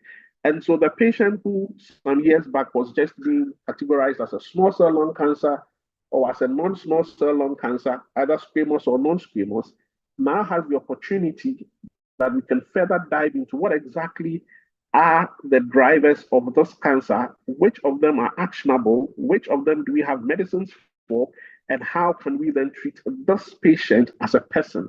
And yes, it does work, and for that reason, we're having better outcomes for our cancer patients. This leaves us with a lot of challenges. If you look at all that I've described in brief, it then means that to develop these medicines is very time-consuming and very expensive. I know the question that will come is, how come these medicines are that expensive? Imagine that you'd have just about 1 in 10 of all your medicines in the pipeline getting commercialized. You would have spent money on developing the 9 that did not get commercialized. And even that one cost you several millions of dollars to go through all the phases of clinical trial, the preclinical work and all, to bring that drug to test. And then we talk about the regulatory pathways. We have many countries that now are not matured enough to have the regulatory systems and regulations to accept all the medicines and innovative devices that are driving precision medicine, right? Then also the collaborations that need to be built with academic institutions and researchers who are driving all this research into genomics and proteomics, collecting all the real-world evidence and the bioinformatics that are needed to develop these medicines. And then finally, we talk the access to genetic testing. Most of the health systems, and particularly for the purpose of this conversation, many of the countries in our sub-region are not able to perform these tests that will tell you all these things that I showed previously as the genomic alterations, for which reason you can decide which drug you're going to select for a particular patient. And so these are some of the challenges in advancing the medicines and advancing precision medicine now. Now, another challenge, which I also want to bring out for the purpose of this conversation, is that imagine that pharma companies or biotech industry is developing the medicines now per what we call our genomic database, what we have as the genomic information for humans and for a particular disease. But imagine that if you look at the global population, we have the people in the Asia Pacific region and Africa accounting for about 3/4 of the world's population. However, the global genomic databases that are driving all the innovations in precision medicine and the drugs thereof is 78% that of European origin. We know again that the African race, the cradle of humanity, as we call it, has the most diverse genomic makeup, but they account for under 2.5% of the data in the genomic databases. By 2030, Africa is going to have a quarter of the world's population, currently has a quarter of the global disease burden, but has very little contribution to the knowledge that is driving the development of medicines in precision medicine. And that is another challenge, and which I would want to highlight for the purposes of this conversation. Have we just spoke about,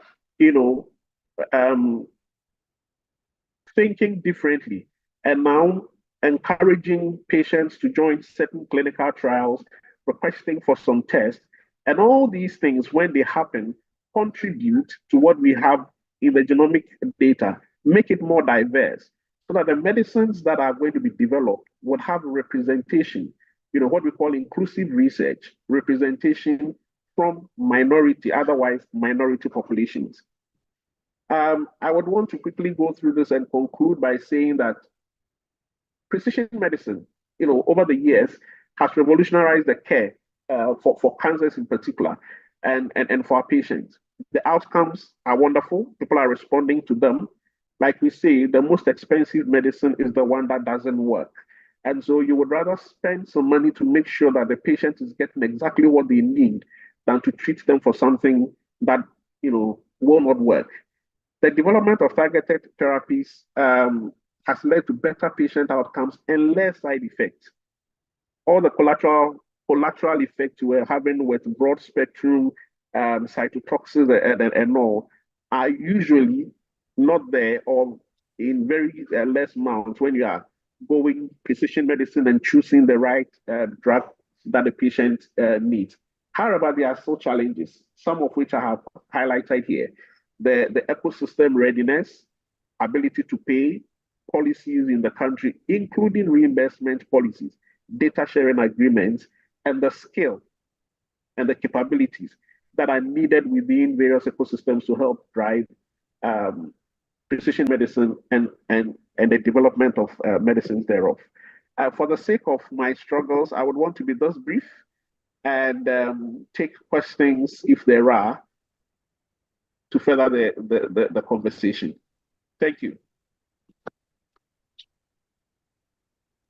So thank you, Dr. Anderson, for giving us that brief and insightful details on the role the pharmaceutical industry is playing in oncology and personalizing cancer care. So if we would go straight to questions and answers, and if there are any questions, there are quite a number of questions here. I would start with those. These are to Prof and Prof. All right, so let me just scroll right up. Thank you.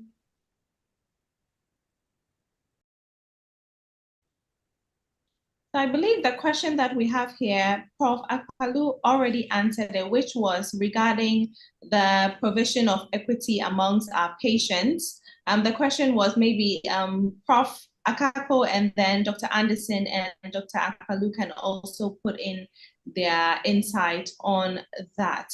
So I'll just go briefly and then ask the question. So it says, I know this may be beyond us, but how can we as providers ensure equitable access to personalized cancer care for all patients, regardless of geographic location or socioeconomic status?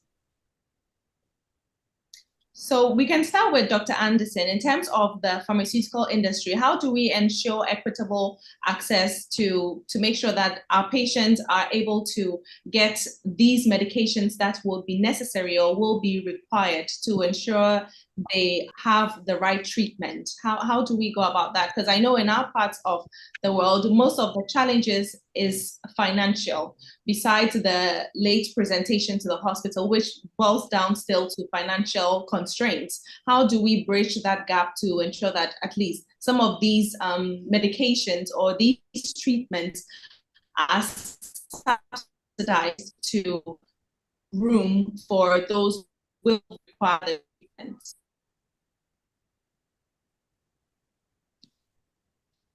Yeah, Vanessa, I think I got your question. Let me begin by saying, and I invite Prophet Jay here at the end of it. Look, the current innovative therapies across the globe, I don't think any patient anywhere in the world is able to pay for these medications out of pocket. It doesn't matter where you live, either in the US or in Africa. Generally across the world, it is almost impossible for patients to pay for these medicines out of pocket. One, because of how much it costs to develop them, I told you, and many other factors that would be outside the domain of this conversation. However, I think the first thing we need to do, or we can do to drive access, is about policy shaping and regulations. Things about reimbursement policies across our countries, right? We have state insurance, we have private health insurance, we have mutual funds and all that are supposed to drive and support access to innovative therapies that offer better outcomes. It is more expensive to treat a patient who will not get better, than to think you're spending a lot more money now to use what is ideal and right for the patient and get a better outcome, right? The second thing is also about the ecosystem readiness. I mentioned to you that there are some innovative therapies here that even if they are offered for free within some countries, the countries are not ready to even select the patients who would need them and or to use these medications properly, right?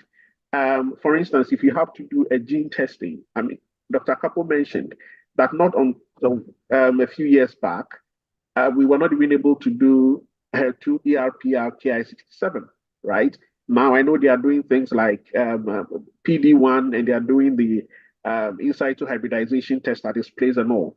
But you will be surprised to know that there are some countries within our sub-region that are only now doing H&E testing for cancers, right? And they cannot select any of the patients who are able or are supposed to have these drugs. So the other thing is the ecosystem readiness. And then the third thing I will say is for those centers and those countries that are able to join in the inclusive research, diversity in clinical trials, contribution to the genomic databases, advancing our research to contribute to the development of these medicines. I have seen myself personally patients who are responding differently to what we have on our product information leaflets when it comes to side effects. And the reasons are usually quite simple, because the data that was collected to develop these drugs did not have a significant numbers from these populations to inform the adverse event reactions that we're seeing in clinical trials, right? So before we talk about the drug is expensive, we need to first talk about what policies do we have? How can our health system help us negotiate better? How can our policy help us pay for these treatments that have better outcomes? And how much have we contributed to the development itself, for which reason we have access to them? Yeah, those are my thoughts from my end. I think I'll leave the conversation to the clinicians. I know they might also have different thoughts. Your last point, you've made all the points I was going to make, right? And I'll say a couple of things, right? So Prof. Papo talked about ERPR. He might be surprised to learn that as far back as 20 years ago, talking about the ecosystem, I tried to set up something in Kolebu because I trained there, and realized that women will have their biopsies and they got shipped to South Africa to do ERPR testing. Actually got somebody from Kolebu to come and spend time to train with us, acquired equipment and reagents and so on, and sent them to Kolebu. And basically, they thought about it, who should do it, where should it go, and so on. And all the reagents expired, right? So part of the problem is us. Ghana has enough talent. We have a lot of trained people. We have experts in every area you can think of, and we are all over the world, right? And it's about time we decided that we can do it ourselves and not always depend on our development partners and all the terms that we use, because the way to make these agents accessible to our population is for us to take part in clinical trials. There are multiple countries in Asia. I have mentees I've trained who are in Thailand. And you know what happens in Thailand? You go on a clinical trial and the company pays for everything. In fact, if you're on a clinical trial and you get appendicitis and you went to the emergency room and you had surgery, the trial will actually pay for it. And yet pharma goes there. Why? Because they participate in the clinical trials, they put patients on it. When you're on the trial, pharma pays for everything. So if it's the new drug plus the standard drug and all the tests you need, all the CAT scans you need, they pay for it, right? And in a number of parts of South America, companies are paying for EGFR testing. But all of that is because you are participating in the clinical trials. You are helping the company to develop their drug. We are all adults.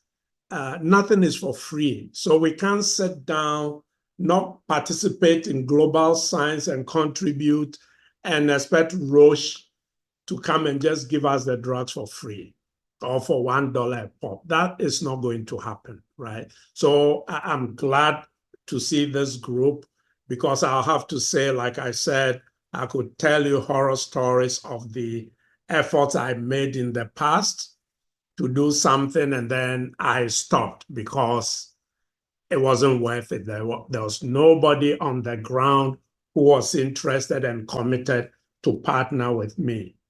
And I couldn't sit here and do clinical trials in Ghana. I've done one, and it was painful, right? So I think we have a bright future with a group like this, and we can get it done, because all we have to do is participate in the research globally, and we'll get all these tests and drugs we are talking about, because otherwise it's not feasible. As Philip said, over here in the US, if you don't have insurance, you can't get any of these drugs. They're too expensive. And a big chunk of our population, they get these drugs because they are participating in clinical trials. So that drugs are provided, right? So that's, I think, one of the things we need to do as a group, as scientists, as physicians taking care of our patients, to get into the research globally, and we'll be able to help our folks. If I can also just chime in here, totally agree with the two speakers already in terms of this. The other thing as well, and this is me putting on my drug development hat at this point. The other thing that we can explore, which I think we're all saying the same things, is the fact that we need to be part of the drug development process through the clinical research path, because we always have to remember one thing, especially in oncology, the best treatment option for a patient could be that clinical trial, and the notion needs to change, because oftentimes the best therapies are those that are coming, and for the patient, they don't have time to wait for those studies to be done before they consume. The thing with consuming pharmaceutics when you're not participating in the development is this. Those participating in the drug development in clinical studies have more a control over any side effects and all than those of us, or those that end up consuming post-development, because you're not part of it. You haven't been part of that whole development, and therefore how you react to the consumption of it is going to be in an uncontrolled setting. That's the other part that we all need to remember. In terms of access and how do we get these agents into our region, from a drug development perspective, most of these pharma companies, in fact, I think every one of them, have some programs associated with each development that they do. Some of these can be accessed through what's called compassionate use access, expanded use access, and the like. In my last assignment in J&J, for instance, what we used to do, or what we saw, were instances where we had a study going on. The one I worked on, the last one, was in lung cancer, where you'd have these studies. It was a global study in various regions, but then you will find a patient that, from a biomarker perspective, matches the patient profile that we were looking for. But these were patients not within the studies areas that we're looking at, and there are avenues for those patients to participate in those as well. So on the Ghana side, one of the things that we're looking to do as we push more for precision oncology is look for avenues like this, where patients can be matched to therapy through pseudo, and I use this word very, very loosely here. I'm not suggesting that these are not trials, but pseudo clinical trial settings, because in this instance, it's not part of the classical clinical trial, but they have access to the compound, and they participate similarly to a study site as well. All the parameters are the same. The avenue or the path to getting access is just different. And as Prof. Jay said, oftentimes these lead to a lot more benefits than the patient might even be able to afford, because as part of the study, all these clinical assessments that they would normally have done out of pocket get covered by the study. So why wouldn't you do that? And for all of us globally as well, as in the region, what it does for us is, the more we participate in these things, the more we help each other, because we build a data set enough for us to be able to start doing or making those heuristics to say, okay, in our settings, this is what's happening, or this is what we're seeing, and we can begin to even make those informed decisions in the absence of specific molecular diagnostic tests in instances where the economics of it become a bit prohibitive.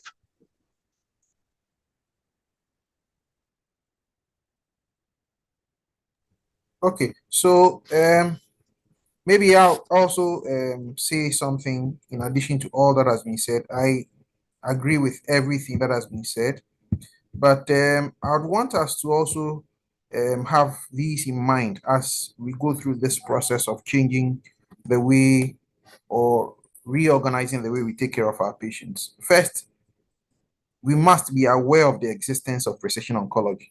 And in that regard, we must be willing to explore the new things that are coming. Let's, as clinicians, start to collaborate clinically during the management of our patients.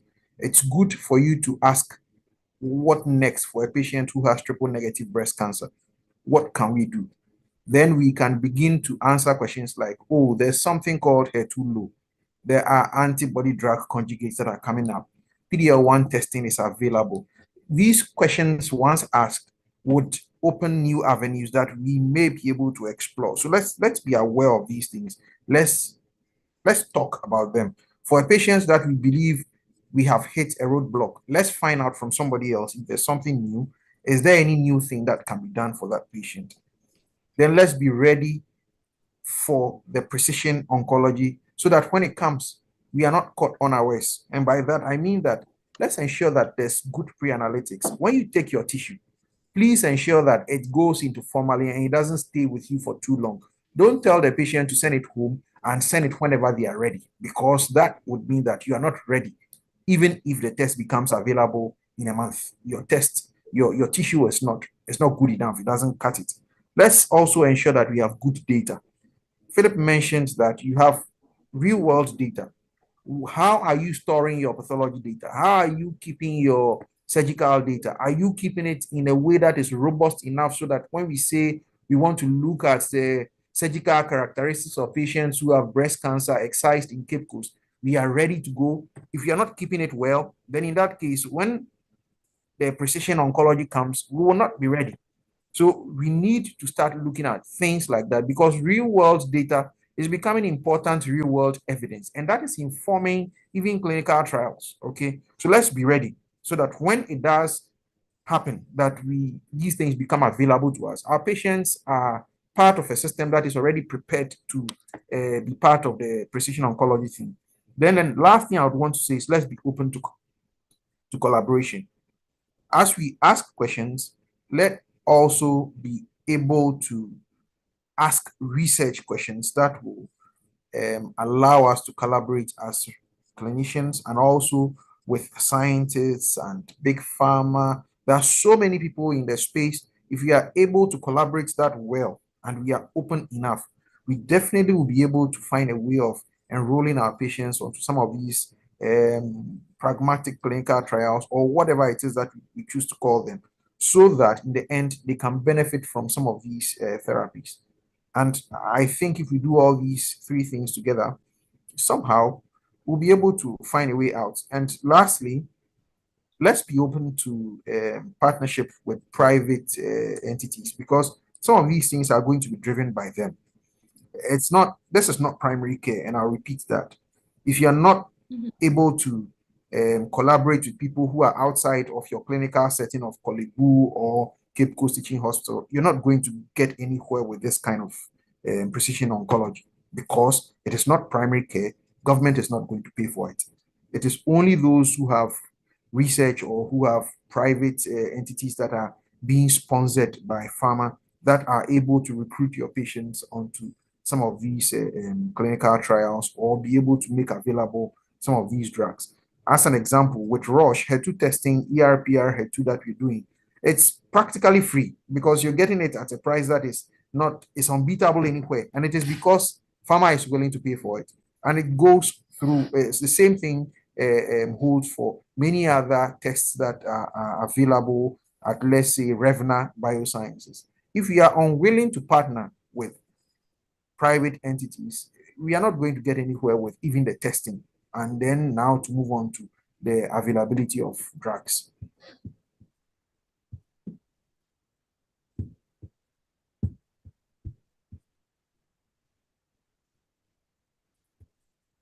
Vanessa, sorry, you are muted, so we cannot hear anything. Yes, I just realized that I've been muted all through. So I was just saying thank you so much to our panelists. We have had quite so much, and we've learned a lot. It's been an extensive discussion.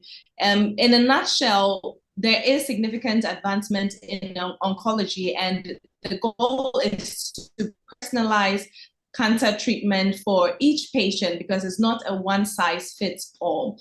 It's important to also make yourself available when they discuss with your clients regarding trials that are ongoing, if they would be interested in it, because these things come at a cost. And as we advance, sorry, was someone trying to say something?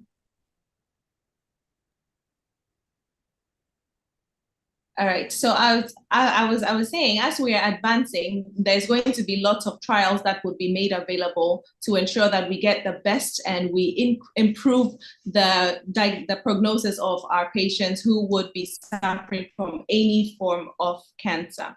So it's been quite an extensive discussion, and if there are no more questions, we will just take some final words from each of our panelists in regards to what can be done, or any little nuggets that they would like to share with us. So we would start with Prof. Ajay. So Prof, is there anything you'd want to share with us as clinicians, and also to patients that may be on here, just to give us an insight? Nothing much. I think we've covered it all. I mean, back to what I just said, I think that we have a critical mass of experts in the science and medical field, and it's about time we came together as Ghanaians, regardless of where we are in the world. It's now one big village, to basically help. Instead of waiting for our so-called Western partners and pharma to just come and dole out stuff to us, because that will never be done. And when it's done, it's not enough. Somebody talked about sustainability. The only way to sustain anything, if you look at the rest of the world, Philip is in Singapore, and we got independence the same year of Singapore. It was 1957. And if you look at where they are and where we are, it's sobering. And I will bet to say that we have a lot more experts than them, right? It's a very small island, right? And so we have to do it ourselves.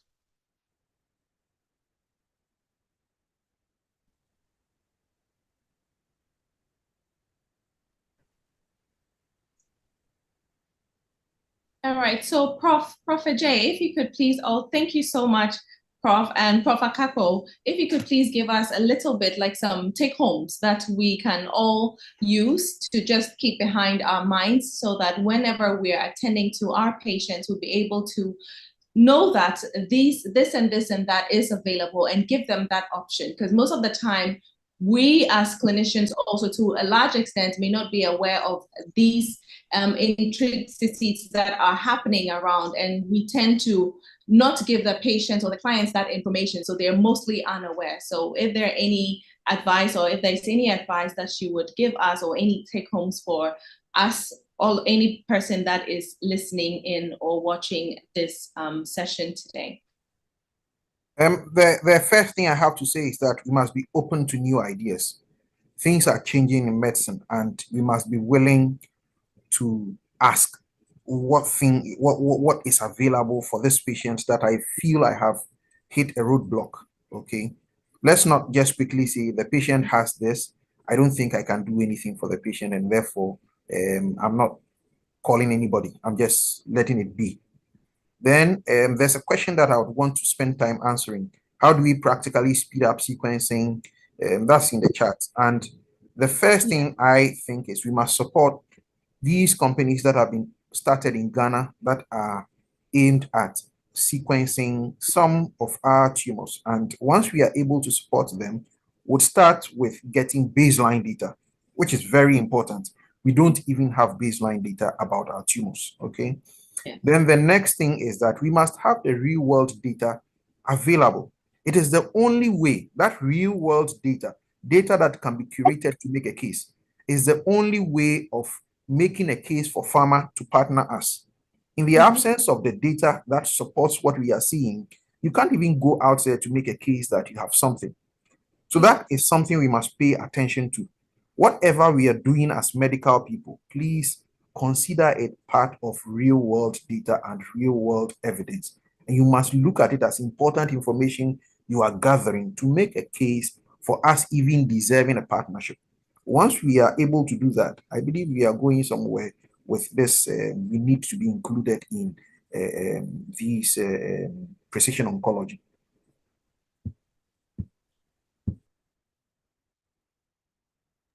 Thank you so much, Prof. So Dr. Anderson, to you, in terms of the pharmaceutical industry, what piece of advice would you give to we as clinicians, and then also to patients that would be receiving treatments that sometimes would require them to be a part of a trial, or treatments that have not yet been commercialized? How then do they go about obtaining these treatments? I know we've mentioned about the cost of it and being involved with these clinical trials, but how then do we navigate this approach? Dr. Anderson? Is Dr. Anderson still with us?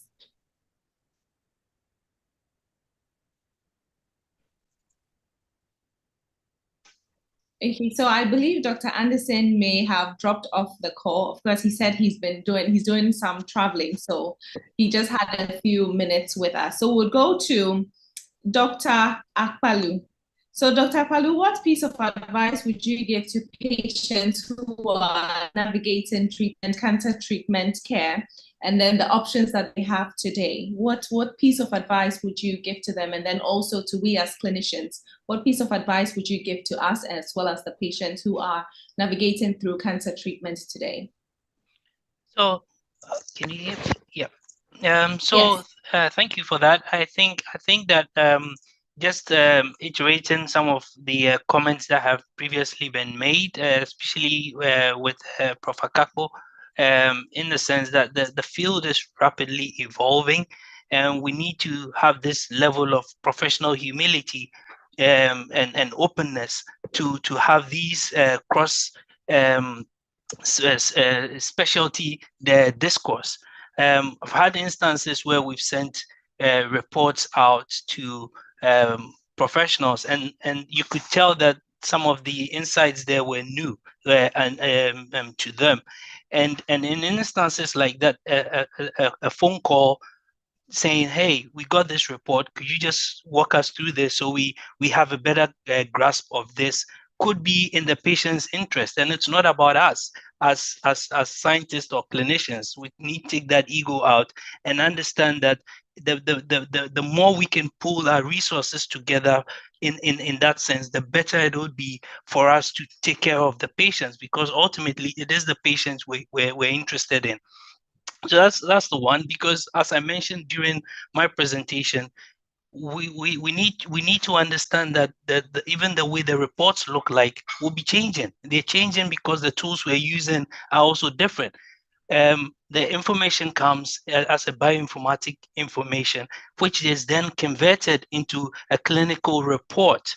And that report also needs a little bit of guidance and handholding initially, especially if this is new to all of us. And we just need to embrace that and say, look, this is my first time getting this report also. What are the key points to look at? What are the things that we need to understand? And how do I then, guide my patient through this next phase as well? So that openness from within the profession needs to also happen. We also need to understand something. With the advancement into precision oncology and all of this, we also have to understand the role of medical ethics in that space as well. We've had instances where you're asking the question, why does this patient need this report? Or if I give this report to this patient or this diagnosis to this patient, what are the options? And then you ask the question, okay, is the patient better off knowing that they have an exon 20 insertion mutation for this particular lung cancer that they have, if they're not going to have access to the treatment? There's the yes and the no part to that. But from a medical from an ethics perspective, we need to be considerate about that and have this dialogue professionally as to how we handle this. Because on the one side, maybe the patient may not benefit right away, but as Prof. Akakpo mentioned, there is a baseline that we need to establish. And some of us may have to, or some people may have to be the forebearers to help us build those baselines, so that we can then begin to have those heuristics to help us in those economically challenging situations, to help those of our patients who cannot readily access some of these new solutions, by relying on data that we have generated within our own country based on our own people.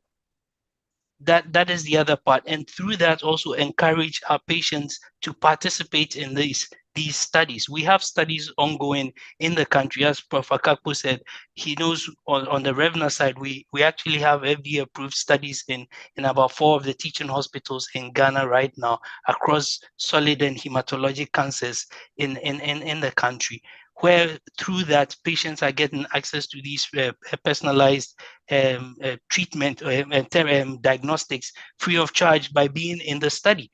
But you have instances where you actually even have to convince an oncologist or a surgeon to help you enroll.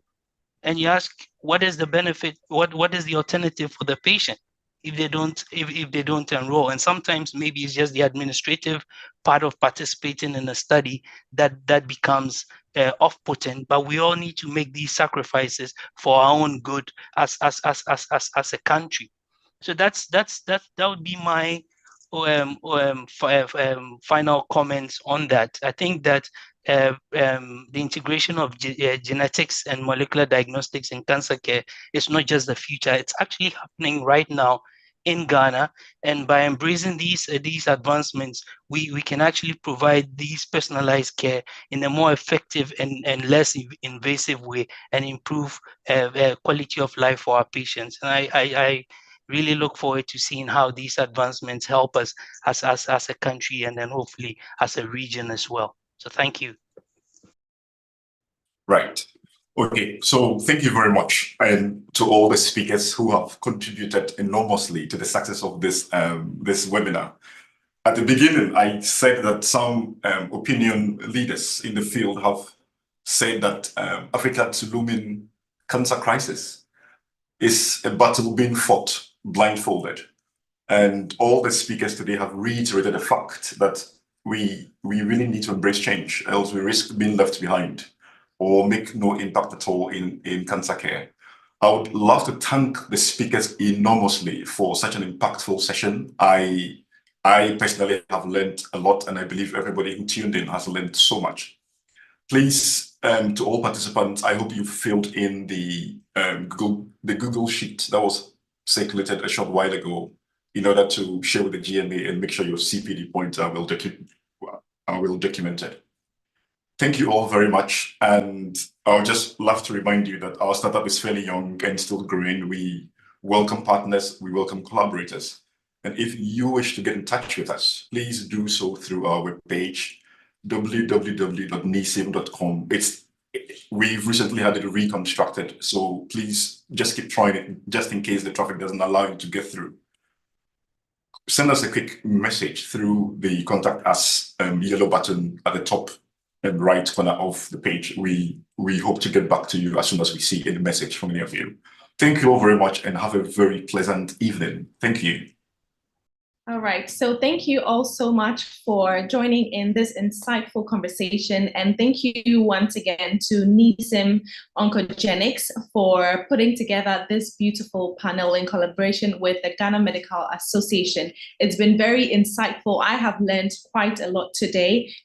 A very big thank you to our panelists, and especially to you and your team, Neesim OncoGenix and the Ghana Medical Association, for putting together this insightful and very knowledgeable panel to discuss the advancements in oncology and how to personalize cancer care for our patients. It's very important that these discussions are had so that we can know and be up to date with the treatments available for our patients. We want the best for them and also for ourselves. So thank you to Neesim OncoGenix and the Ghana Medical Association. Thank you to our panelists, Dr. Akako, Dr. Anderson, Professor Akpalu, Professor Akako, and then Professor Ejay for joining us and sharing with us their wealth of knowledge. We appreciate them.